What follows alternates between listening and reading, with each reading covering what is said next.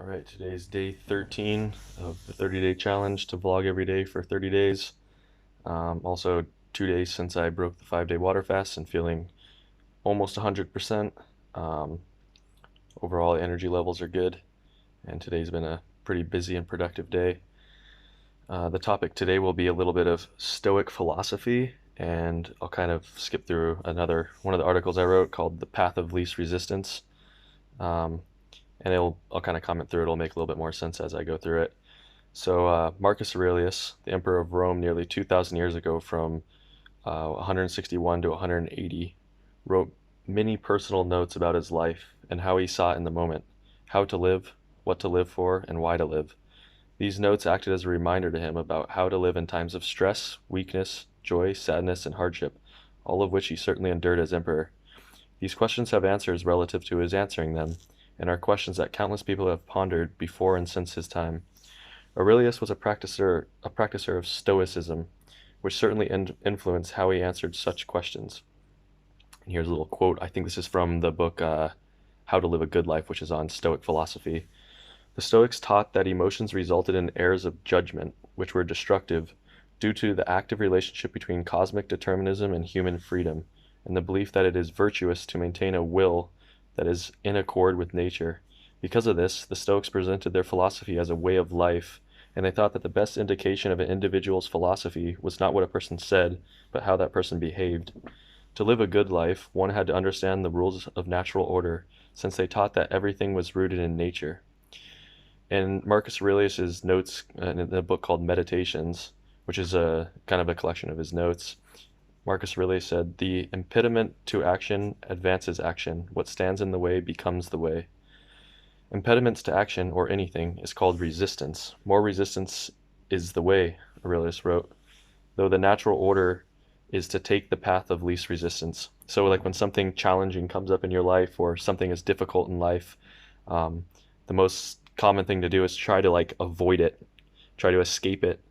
But sometimes the best thing to do is to face it head on. So, if you wake up in the morning and you're not feeling like going out and exercising today, maybe the best thing you should be doing is actually exercising. Um, if you wake up in the morning and you don't feel like working, maybe the best thing to do is actually to work. Just like the obstacle is the way. Ryan Holiday wrote a really good book called The Obstacle is the Way. And he argues that facing obstacles and leaning into resistance um, is the way in which people improve, persevere, and accomplish meaningful things in life. Without obstacles, we remain stagnant, lose progress and desire, and have nothing to show. Holiday suggests that often people with the most obstacles are the ones who make the greatest impact. He argues that obstacles don't inhibit success; they create success, and that readers should see through the quote through the negative, past its underside, and into its corollary, the positive corollary. And then there's like a few other books that kind of emphasize this. I kind of went through like Cal Newport's Deep Work book. He argues that deep work, which is work that requires intense cognitive focus, is what leads to a meaningful life. Quote, "A deep life is a good life. Doing deep work isn't easy, it's resistance. But it's what allows knowledge it's what allows knowledge work to become valuable and is required to accomplish meaningful work in the modern age of unlimited distraction." Um, like if you think about all these things in nature, like when an electron flows through a circuit, it takes the path of least resistance. Like when we go for a walk, we walk in a way to preserve energy, the path of least resistance. When there's a higher barrier to entry in a market to start like a business, like high resistance, there's less competition because most businesses don't go into high barrier markets. Um, but yeah, like the idea here is that there's two ways to go through life. You can either like see these challenges as like obstacles in life, or you can see them as like opportunities to persevere, to learn, to improve, to just to go on. And in a lot of ways, most obstacles in life we don't choose, but we can choose how we can deal with them in better and worse ways.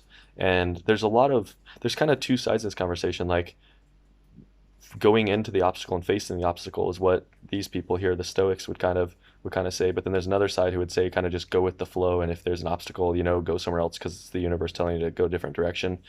But pushing into resistance, I think, is where you actually really do improve. So for example, when I would do when I was getting into puzzle solving and memory competition, um, when I first tried to memorize something, it was really, really hard. But as I pushed into it and like it was challenging and challenging for me, it got easier and easier. And then I challenged myself more and more. And over time, my brain was able to memorize stuff that I would have never been able to memorize if I didn't kind of push into that resistance. Or if you're at the gym and you're lifting weights and you just do what's easy, sure, you're keeping your muscles active, but you're not like making them stronger. If you're thinking about something or you know, learning something, sometimes it's challenging, but that's where you actually really gain knowledge. Or sometimes you wake up in the morning and you don't feel like doing things, but you do them anyways because you know that they're putting you in a positive direction. Or um, things like reading. Sometimes I don't feel like reading, but I know I want to put in my at least 30 minutes to an hour a day because it's important to my life, and I've never regretted that in hindsight.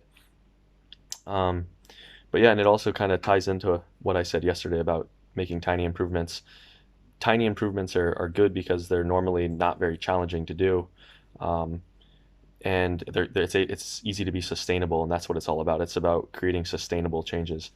But yeah, generally in life, there's going to be resistance that comes up, and taking the path of least resistance isn't necessarily the best way to go, even though it's the natural way, like it's the default way to go. And like Marcus Aurelius, I think there is something to be said about, um, you know, impediment to action advances action. What stands in the way becomes the way. I think that's pretty interesting. And Ryan Holiday's book, the Obstacle is the Way, is also a pretty convincing argument along the same lines. So I'll leave it at that for today and see everyone tomorrow.